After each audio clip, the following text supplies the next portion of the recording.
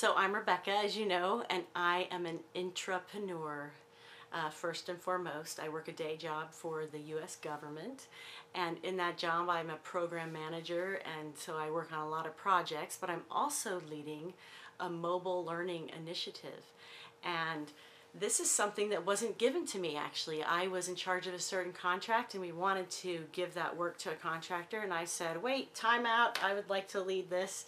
I would like to take ownership of this, and everyone agreed. And so I took ownership of it. And so I was able to take this idea of mobile learning and turn it into something where there was actually a strategic plan to incorporate it into the organization. And it impacted the culture. There had to be communications and marketing related to it. There had to be standards and processes created. There had to be training and workshops.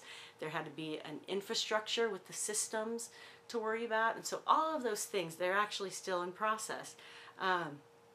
But that was an example of where the work was supposed to go somewhere else, and I decided I wanted to take it. Now, was I all the way informed on how to do this? No. I'd implemented things before, but this is mobile learning, and this started in about 2008 or 9.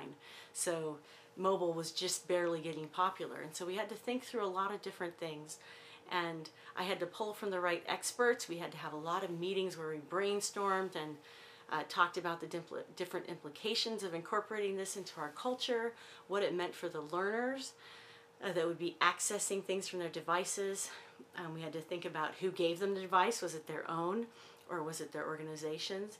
And so this was a great opportunity because I was able to start something new within a safe environment. And I would encourage anyone who's working a day job, which fits another niche, right?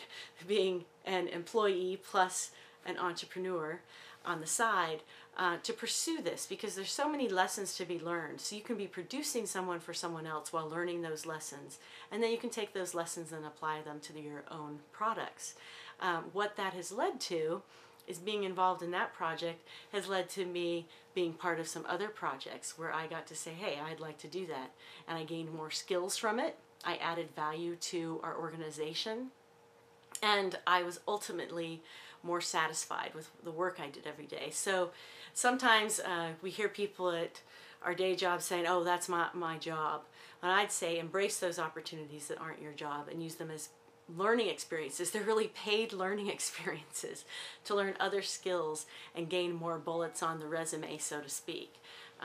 Most of those opportunities cannot hurt. I know I snagged another one as well that we were going to pass off to a contractor. We wanted them to create a strategy for us. So like, no, we need to take on that strategy. And so I took that on and coordinated with a lot of people and learned a lot of lessons along the way.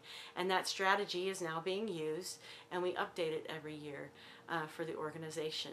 And so these are just opportunities of thinking outside of our job box in our day job, right? And using those entrepreneurial skills at work. And I think we often find that, oh, this was awesome that I got to still feel like an entrepreneur in my work environment. And you get to use those other skills you have. You get to apply your personality type to that, right? And your peak performance factors. And so you can make a difference while still being under the umbrella of someone else.